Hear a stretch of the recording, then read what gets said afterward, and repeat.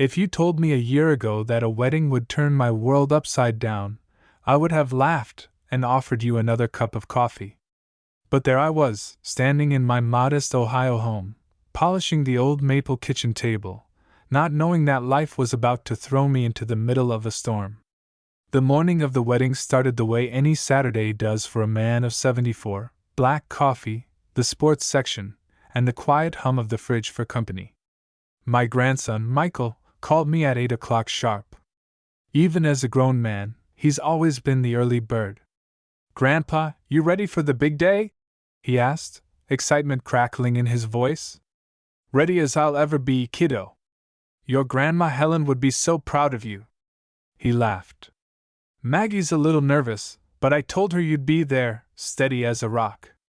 Maggie, short for Margaret Allen, now Margaret Baxter. A bright, lively girl from Cincinnati, always quick with a joke, but since the engagement, I'd noticed a different side. Calculating, a little impatient, eyes that always seemed to linger a second too long on the old photos and the house itself. Still, love is blind, especially when you're young. The ceremony was at the Willowbrook Chapel on the edge of Columbus, a pretty spot, all white columns and weeping willows. Family poured in from every corner of the state. My son, Greg, was fussing with his tie, my daughter-in-law Nancy already tearing up with pride. And there she was, Maggie, in a gown that must have cost more than my first pickup. She was radiant, yes, but there was something else there too, a kind of restlessness, as if she was already plotting her next move. The wedding itself went off without a hitch, at least at first. The guests smiled, the music played, Michael and Maggie exchanged vows, and even I felt my chest tighten with happiness for my grandson. But after the rice was thrown and the photos taken, the real trouble began. The reception was held at the Franklin Country Club. It was fancy enough to make anyone feel like they'd stepped into someone else's life. There was a jazz band, endless hors d'oeuvres, and speeches that dragged on until the kids grew restless. That's when Maggie made her move. She waited until most eyes were on the dance floor, then pulled me aside near the gift table. "Mr. Baxter, can we talk in private?" "Of course, Maggie. What's on your mind?" She smiled, but it didn't reach her eyes. "It's time to talk about your house. Michael and I, well, we're starting our family soon, and a young couple needs space. That big old house is perfect for us. You'd be happier somewhere cozier, don't you think?" I stared at her, heart pounding. My house. The one Helen and I saved for, where we raised our kids and watched the grandkids take their first steps. The idea that I was just supposed to hand it over, just like that, made my blood run cold. "I appreciate your concern, Maggie, but that's my home," I said quietly, steady as I could. She leaned in, lowering her voice. "You're alone now. Wouldn't you rather see your family grow in that space? Think about it. You could move into one of those retirement places. It's what people your age do." I bristled but kept my calm. "I'll think about it, Maggie. But for now, let's just enjoy your big day." But that wasn't enough for her. Her face hardened. "I'm not asking, Mr. Baxter. I'm telling you, Michael and I deserve that house. You're being selfish." Before I could respond, she spun away, blending back into the crowd, her wedding dress trailing like a flag of victory. I stood there, frozen, the noise of the party suddenly muffled. I knew right then that this wasn't over. That was the day I realized, some storms don't come with warning clouds. They arrive on the happiest day of your family's life, wearing a wedding gown and a practiced smile. I stood by the punch bowl a long time after Maggie walked away, watching my family swirl through the Franklin Country Club ballroom. My fingers traced the rim of my coffee cup. I'd faced a lot in 74 years. War, recession, losing Helen to cancer, but nothing stung quite like being told, at my own grandson's wedding, that I was nothing more than a roadblock to someone else's happiness. The celebration pressed on, but a shadow followed me everywhere. I caught glimpses of Maggie, laughing loudly with Michael's college friends, all perfect teeth and easy charm. But every time our eyes met, hers turned cold as river stones. I didn't know if Michael noticed. He was too caught up in the party, finally free from years of penny pinching and singlehood. I watched him spin his new bride around the dance floor, oblivious to the storm she just set in motion. Family came and went, pressing hugs and congratulations into my hands. My son Greg pulled me aside near the end of the evening. "Dad, you all right? You look like you've seen a ghost." I smiled, but it didn't reach my eyes. "Just tired, son. These events always wipe me out." He clapped me on the back, his wedding ring flashing under the chandelier. "You did a good job, Dad. Michael's lucky to have you." If only he knew. The party wound down and the newlyweds left in a flurry of confetti, waving from the back of a rented Cadillac. The family trickled out, one carload at a time. Alone at the end, I gathered my jacket and gift bag, then walked out under the yellow glow of the club's entrance lights. The March wind had a sharp edge, and for the first time in years, I felt old. That night I barely slept. Helen's photograph watched me from the dresser, her eyes kind and wise as ever. I sat on the edge of the bed, telling her what happened, as if she could somehow talk sense into me from the other side. "She wants the house, Helen. Our home. Says I should give it up for Michael. Just hand it over like it's a spare umbrella. I know we always wanted the best for our family, but is this it? Is this what we built all those years for?" The next morning, I found myself replaying the confrontation over and over. I walked the halls of the old house, trailing my hand along the wallpaper Helen picked out the year our youngest went off to college. The kitchen still smelled faintly of her lemon pie, though it had been years since she last baked. I wandered into the den, the fireplace stacked with old photos, Christmas mornings, graduation days, Helen smiling on the front porch. That afternoon, Michael called. "Grandpa, did you get home all right? Last night was a blur, huh? It was a beautiful day, son. I'm happy for you. How's married life treating you?" He laughed. "We haven't even finished opening gifts yet, but Maggie's already talking about how she wants to rearrange the house. She's got big plans for our future, Grandpa." I hesitated, the words thick on my tongue. "Michael, has Maggie mentioned anything to you about my house?" He paused, and for a second I heard only static. She might have brought it up. She just wants us all to be comfortable, you know? She loves the place, Grandpa. Says it feels like a real family home. But hey, no pressure. We'll talk later, okay? Maggie's calling for me. Love you, Grandpa." The line went dead. After the call, I stared out the window at the empty street, my thoughts racing.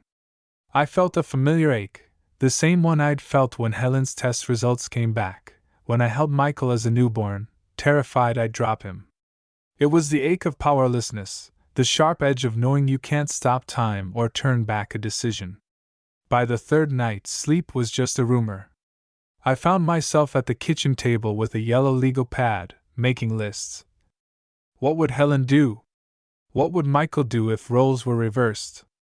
Why did Maggie want the house so badly? The answer came to me in flashes.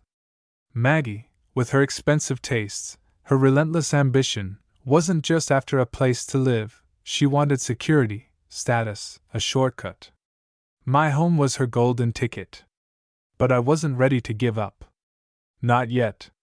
The next morning, I called an old friend, Bill Carter, who'd been my neighbor since the Carter administration and knew everyone in the local real estate game. "Bill, you ever heard of a way to protect a house from being snatched up by family squabbles?" He chuckled. "Only about a dozen, Frank. You thinking of making some changes?" "Maybe. Just want to keep the place safe for now. Too many memories here to hand over to someone who doesn't appreciate 'em. Stop by my office tomorrow. We'll go over options. Trust me, you've got more power than you think." That conversation sparked something in me. I might be old, but I wasn't helpless. I'd built a life brick by brick. I'd weathered storms before. And if Maggie Allen Baxter wanted a fight, well, she was about to learn just how stubborn an old man can be. By the time morning rolled around, I had more energy in my step than I'd had in years. I put on my cleanest shirt, ironed my slacks, and headed to Bill Carter's office on Main Street. His place hadn't changed in decades. Same cracked leather chairs, same coffee machine humming in the corner. He greeted me with a bear hug and a fresh cup, no questions asked. "All right, Frank," he said, sliding a stack of papers across the table. "You know how many old-timers around here come in with stories just like yours? Kids or grandkids thinking they're entitled to what you built. Let's look at your options." We went over everything: transfer on death deeds, living trusts, even putting the house in a foundation. Bill explained it all in plain language. Bottom line, you get to decide what happens to your property, not anyone else. Not until you say so. I left Bill's office with a new sense of purpose. Maybe Maggie thought she'd just waltz into my home and start redecorating, but this house had always been more than just wood and bricks. It was Helen's laughter in the hallway, Michael's first wobbly steps on the porch, late nights helping Greg with his science fair projects. A person's life doesn't fit neatly in a moving box, no matter how determined someone is to shove it in there. Back at home, I took out Helen's recipe box and set about making her famous cinnamon bread. There was something about kneading dough that made the world's troubles fade away, even for just a little while. As the bread baked, the phone rang. It was Nancy, my daughter-in-law. Her voice was tight. "Dad, I know things got a little tense at the wedding. I wanted to check on you. Michael says Maggie's been pushing about the house." I tried to laugh it off. Kids these days. Always in a hurry. Tell Michael not to worry about me. I've got everything under control. But Nancy wasn't fooled. Maggie isn't like the other girls Michael dated. She's ambitious, Dad.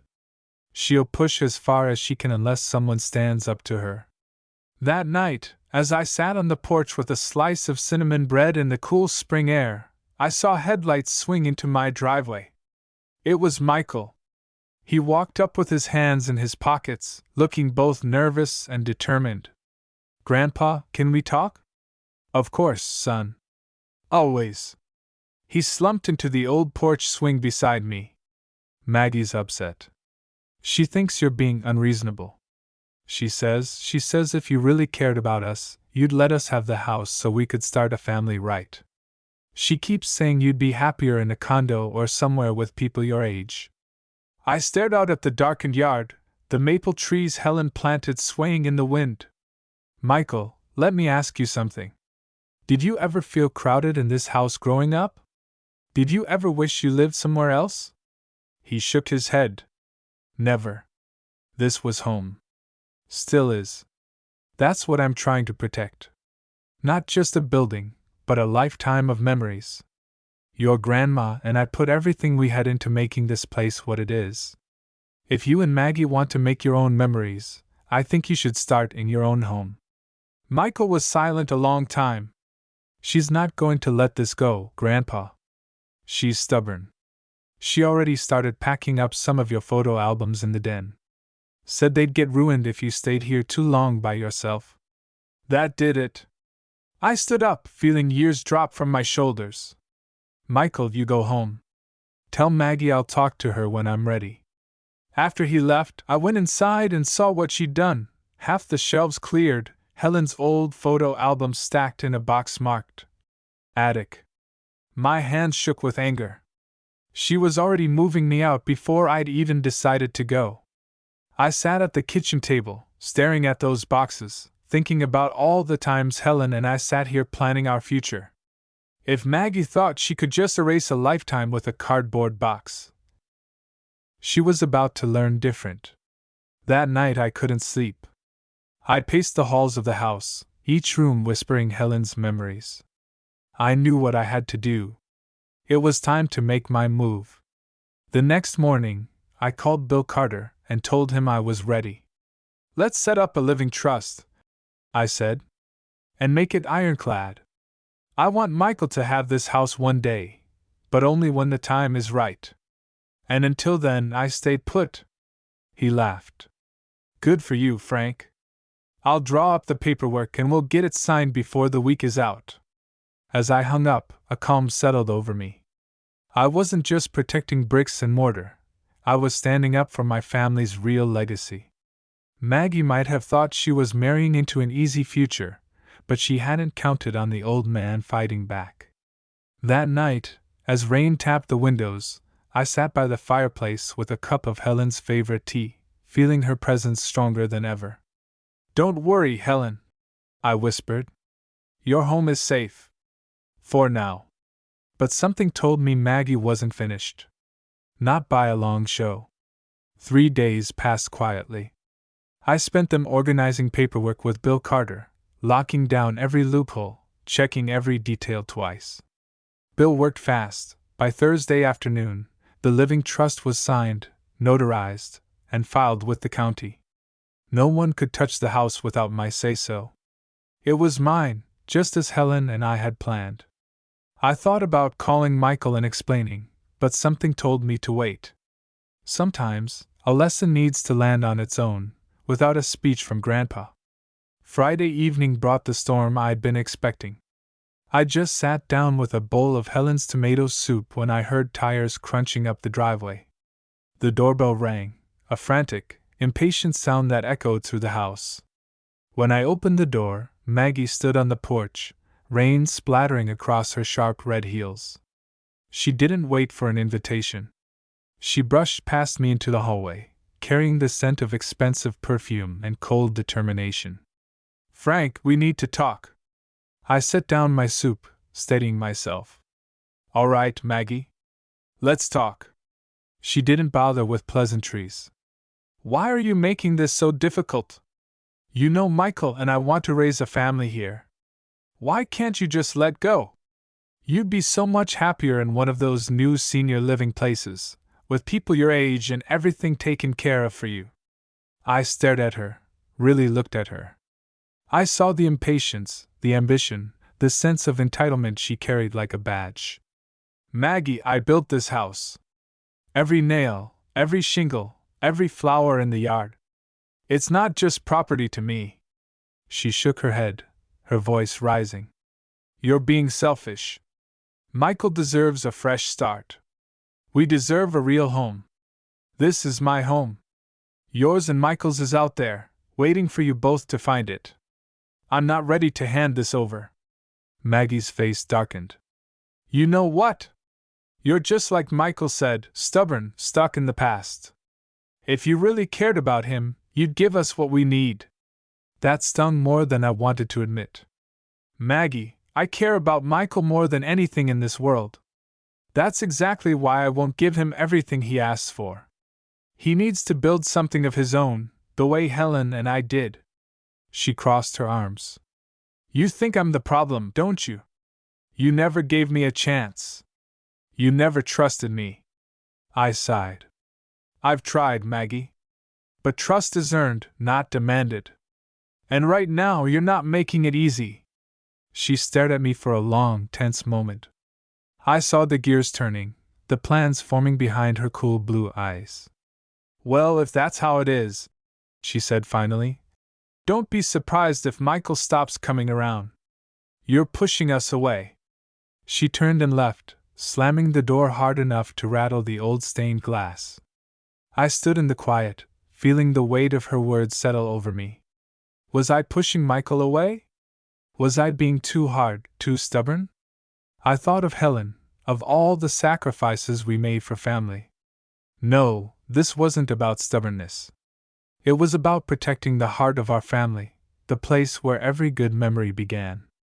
I tried to call Michael that night, but he didn't pick up. My messages went unanswered. By Saturday morning, I found myself drifting through the house, each room echoing with memories. The kitchen where Helen used to dance while making pancakes. The living room where we'd spent Christmas Eves by the fire, Michael sneaking extra cookies. Every inch of this house was layered with love and laughter and history. Just before noon, Nancy stopped by. She looked tired, eyes red-rimmed from worry. Dad, things are tense at our place. Michael's upset.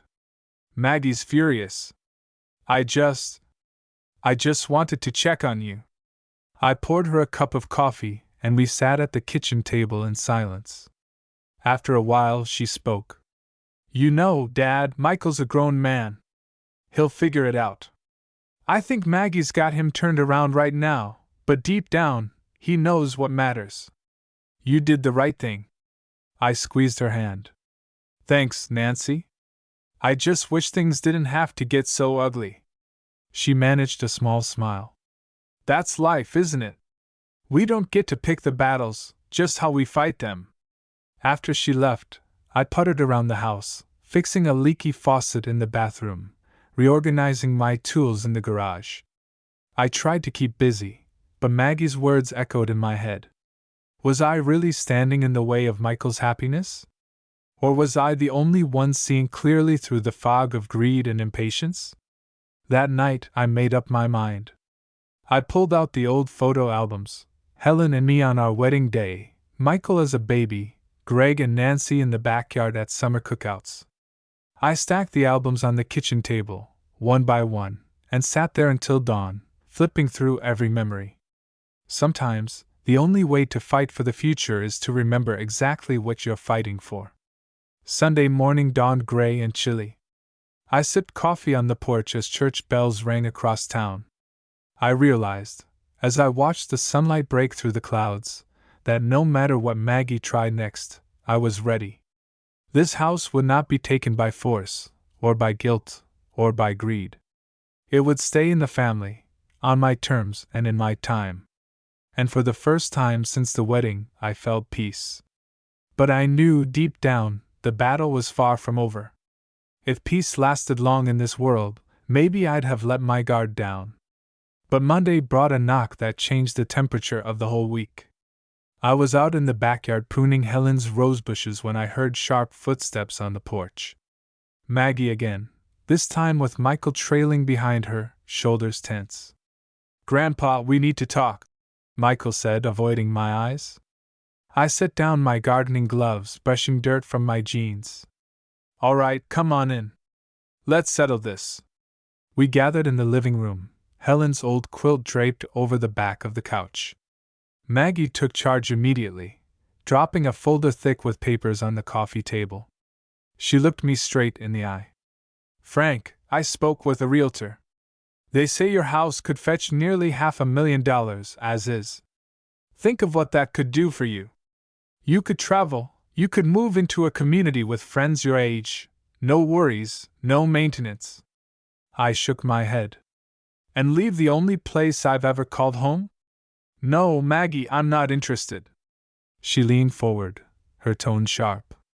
This isn't just about you, Frank. Michael and I want to start a family. We need space. Why can't you see that this is the right thing? Michael finally looked up, pain in his eyes. Grandpa, please. I love this house too, but Maggie's right. We need to move forward. We're barely scraping by in our apartment.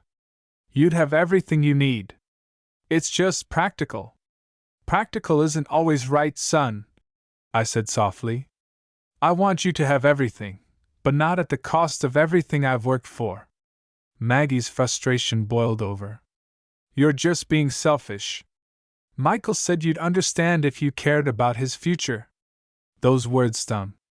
I stood, steadied myself, and pointed to the window where Helen's garden was in full bloom. See that rose bush? Your grandma planted it when we moved in. Every year, we watched it grow a little more. That's what family is supposed to be: roots, history, effort. Not just taking the easy way because it's new and shiny. Maggie's lips curled in a tight line. You can either help us, or you can watch us struggle. But you can't stop us from moving forward. I studied Michael, waiting for him to meet my eyes. He looked away. Finally, Maggie grabbed the folder and stormed out, her heels echoing down the hall. Michael lingered for a moment, torn. I'm sorry, Grandpa. I just... I thought you'd help us. Michael, I said quietly, helping you doesn't mean giving up what matters most. You'll see that one day. He nodded, eyes shining, and hurried after his wife. When the house fell silent, I let out a breath I'd been holding for days. I'd expected anger, but what I felt was deeper: sorrow, the ache of family turning into strangers. I called Bill Carter that evening and told him about the confrontation. He whistled low. You did the right thing, Frank. Let them cool off. The more you hold your ground, the more likely they'll come to respect it. Maybe not today, maybe not next week, but it'll come. Still, I didn't sleep much that night. Memories spun in my mind like old home movies. Michael running through the yard, Helen waving from the porch, summer barbecues, Christmas mornings. I wondered if Maggie saw any of that, or if all she saw was dollar signs. The next day, I got a call from Nancy. Dad, I don't know what's gotten into them. Maggie's called her parents, telling them you're kicking them out, that you don't care about their future. Michael's hurt, but he's caught in the middle. I sighed. Nancy, I love that boy. But I have to protect what's right. Sometimes, love means saying no. She sniffed. I know, Dad. For what it's worth, I'm proud of you. After we hung up, I sat at the kitchen table, letting her words wash over me. Maybe I was doing the hard thing. Maybe I'd be misunderstood for a while. But I'd rather stand up for our family's heart than let it be carved up for convenience. Thursday brought a letter in the mail, unexpected and unwelcome. An official-looking envelope, addressed to me in bold print. Inside, a notice from a law firm. Possible legal action regarding transfer of property rights. Maggie's doing, without a doubt. My hands trembled, but not with fear, with resolve. I called Bill, explained the letter. Don't worry, he said. Your trust is rock solid. No court in Ohio will touch it, not as long as you're of sound mind and body. I hung up and walked through the house, each room whispering Helen's name, each wall echoing with decades of laughter and love. That night, I found myself standing in the backyard under the stars, breathing in the cool spring air. I looked up, feeling Helen's presence. They're not going to take our home, sweetheart. I promise. And as the wind rustled the branches, I could almost hear her answer. Good. Stand your ground, Frank. This is what we built it for. The storm was growing. But so was my strength. The threat of legal action hung over me like a thundercloud. It was a new kind of pain, not from aging joints or a lonely house, but from the sharp betrayal of kin. I spent the next day restlessly cleaning, dusting shelves, reorganizing Helen's old china, anything to keep my mind from dwelling too long on lawyers and arguments. Friday afternoon, Bill Carter came by, carrying a folder of paperwork and his reliable calm. He sat with me at the kitchen table, spreading out documents between mugs of strong black coffee. Frank, you've done everything right. This trust can't be broken by threats, and certainly not by the in-laws. It's ironclad. You're protected. He paused, lowering his voice. But you might want to have a conversation with Michael. It's better to clear the air than let someone else poison it. I nodded. He was right. By now, Michael deserved to hear the truth, from me, not from Maggie or her parents or some suit in a law office. I dialed Michael's number that evening, heart pounding as I waited for him to answer. When his voice finally came through, it was quiet, tired. Hey, Grandpa. Michael, can you come by tomorrow? Just you. No arguments, no Maggie, just a talk between us. He hesitated, but finally agreed. Yeah. I'll be there. Saturday morning dawned clear and bright. I set out Helen's good china and made a batch of her famous biscuits. The way I did when Michael was just a boy. When he arrived, I saw the weariness in his eyes, the lines of worry that hadn't been there a year ago. We sat on the porch, the morning sun casting long shadows across the lawn. I know you're angry, I began gently. And I know Maggie's put a lot of ideas in your head. But I need you to understand why I'm doing this. He looked away, jaw clenched. She just wants what's best for us, Grandpa. She thinks you're holding us back.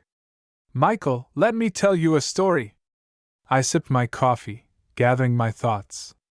When your grandma and I bought this place, we had nothing. We worked 2 jobs, lived on beans and toast, and built every bit of this house with our hands. It wasn't easy. There were nights we thought we'd lose everything. But we stuck it out. And you know what?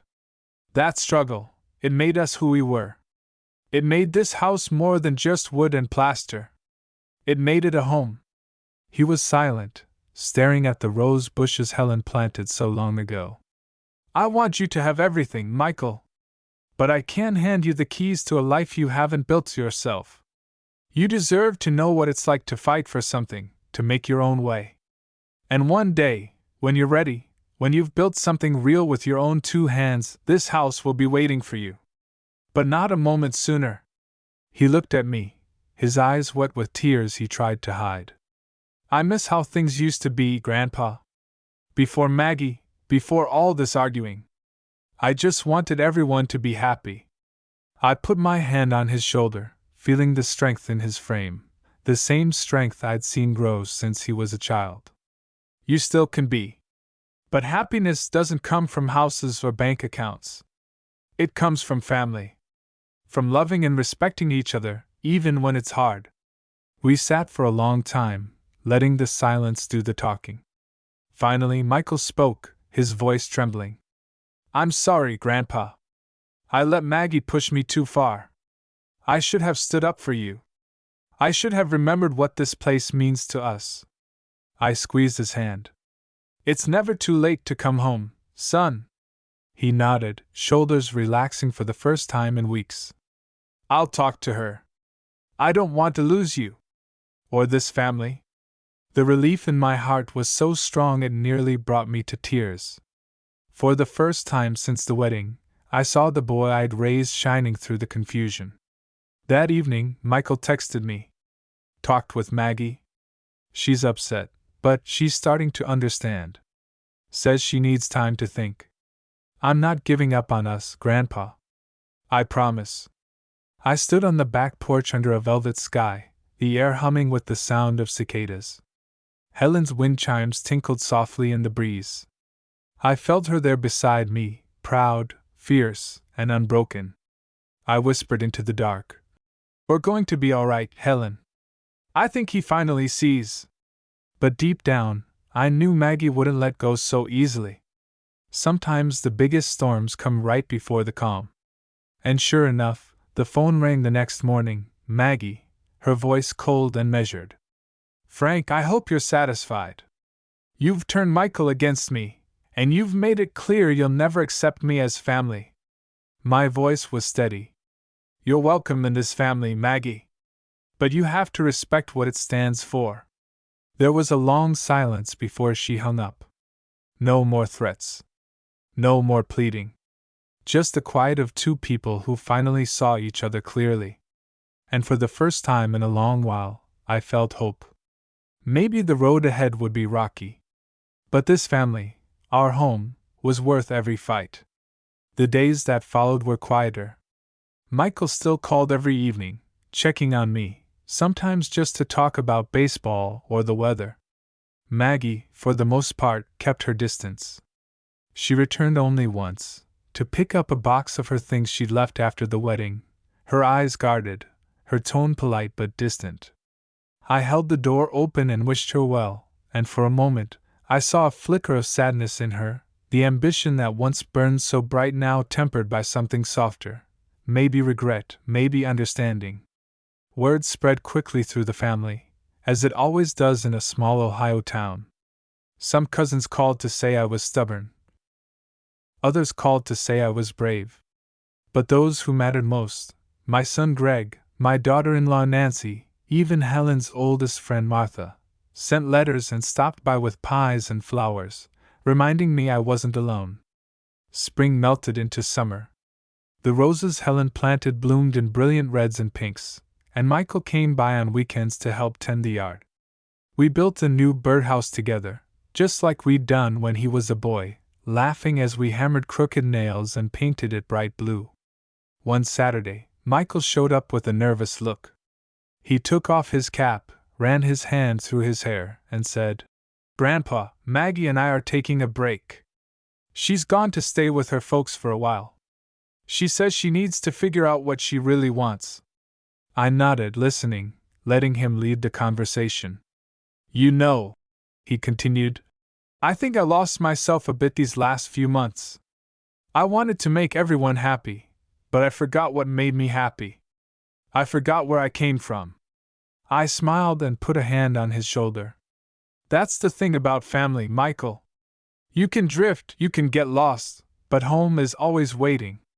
Sometimes you have to fight for it. Sometimes you have to let go. But it's always there." He grinned, the worry lines softening. "Thanks, Grandpa. For everything." The weeks passed, and though there were still hard moments, awkward phone calls, strained family gatherings, even a few angry words, slowly, the wounds began to heal. Maggie called Michael sometimes just to talk, sometimes to argue, but the bitterness was fading. She got a job teaching at the local community college, started renting her own small apartment on the edge of town. For the first time, I saw her making her own life, one step at a time. As for me, I kept busy. There were always repairs to do, memories to dust off, old friends to meet at the diner for coffee. The house felt less like a fortress and more like a sanctuary again, a place filled not with battles, but with the quiet, steady beat of love that had always defined our family. One evening, near the end of summer, Michael joined me on the porch. The sky was ablaze with orange and gold, fireflies flickering in the long grass. He sat beside me, silent for a long time. "Grandpa," he said finally, "do you ever regret not moving on? Letting go?" I took my time before answering, letting the peaceful night fill the space between us. "Sometimes I wonder, Michael. Life's about change, after all. But this house, it's not just a place. It's our story. It's Helen's laughter in the kitchen, your footsteps on the stairs, the sound of your father playing guitar on the porch. It's every sacrifice, every triumph, every lesson we learned the hard way." He nodded, watching the stars come out. "One day, I hope I have something like this to give my own kids." "You will, Michael. You will. Just remember, it isn't the house that matters most. It's the love you build inside it." As darkness settled over the yard, we sat together in companionable silence, letting the summer night wrap around us. I knew there would be other storms, other tests. But for now, there was peace, and the unbreakable thread of family tying us together through every season. Helen's wind chimes sang in the breeze, and I smiled, feeling her presence in every corner of the home we built, a home that would outlast conflict, time, and even sorrow. Because in the end, that's what matters. Not the house, not the money, not even the victories or losses. Just love. Just family. Just home.